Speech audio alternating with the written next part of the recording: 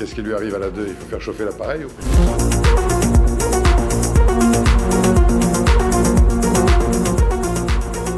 Surtout pas donner de programme, ça sert à rien. Je ne veux pas donner de règles, je me contredirais complètement. En revanche, j'ai remarqué une chose, les crises, c'est très intéressant parce que les gens se rassemblent. Quand les gens se rassemblent, là, il y a un échange qui se fait. C'est ce que j'ai vécu avec les ronds-points. En fait, les gilets jaunes, c'est pas le prix de l'essence, il faut arrêter avec ça. Les gilets jaunes, c'est les ronds-points. Ce sont les ronds-points.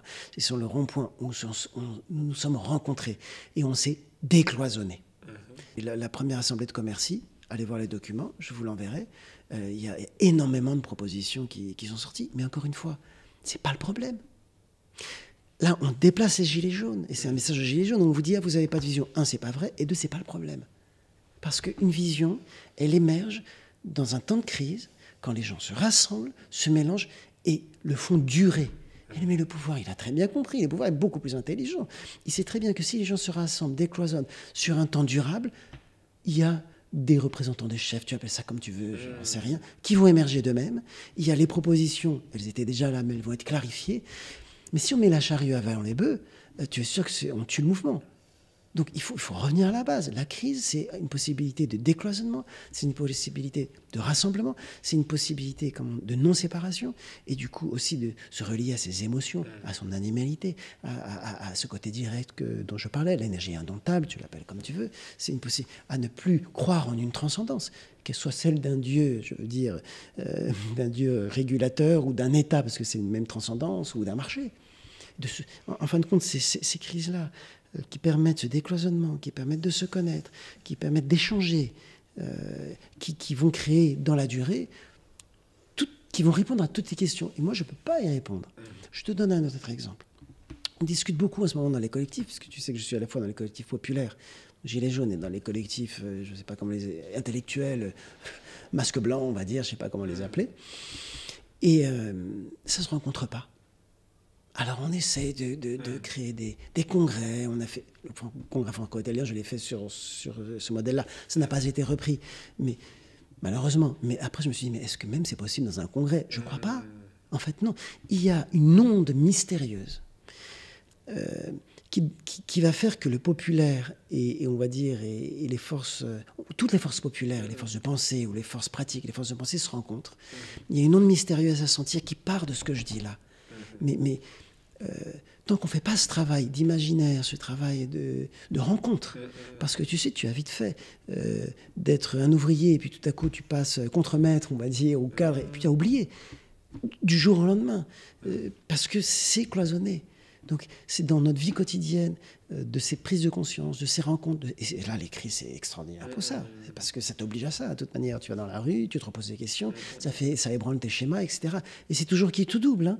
Le pouvoir médiateur peut te dire maintenant on va tous vers la digitalisation, le capitalisme totalitaire, ou bien le peuple qui se réveille, est-ce qu'on va vers un décloisonnement, quelque chose sans État ni marché, sans loi transcendante, et puis une possibilité politique et humaine, possibilité politique et humaine beaucoup plus viable et joyeuse, qui te donne le goût de vivre. Parce que moi je suis parti sur tout ça parce que les gens sont dégoûtés de vivre.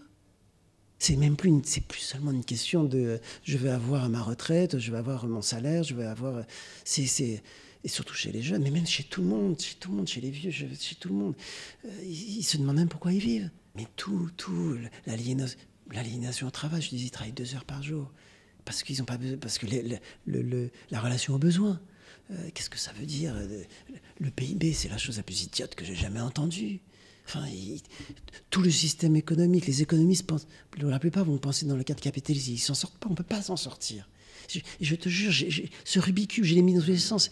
Je reviens à des choses extrêmement basiques de ouvre ta tête, pensons ailleurs, profitons de ces crises pour se rencontrer, arrêtons de réfléchir sur des trucs où de toute manière ce sont des cul-de-sac et des voies de garage. Et on perd notre énergie indomptable.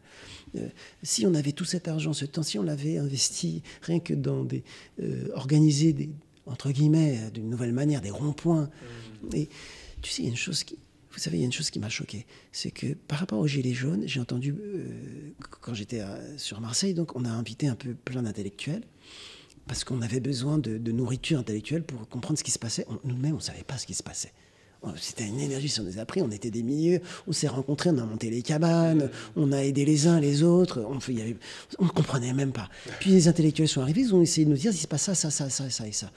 En fait, ils n'ont rien dit du tout, ils ont été inutiles, tous ces gens-là. Inutiles. Pourquoi? Par rapport à la force de ce mouvement, c'était peu. Allez, oui, il y en a certains qui ont donné des outils, c'était bien et tout ça, mais quand on voit la force qui a émergé, qui nous a nous-mêmes dépassés, qu'on n'a même pas réussi à trop dire, c'était rien. Et c'est normal, c'est ce que j'ai compris. Parce qu'en fait, c'était des intellectuels qui parlaient du mouvement. Hors du mouvement, qui parlaient du mouvement. Tout ça va pouvoir se faire s'il y a cette rencontre qui se fait entre tout le monde, et sur la durée, j'insiste,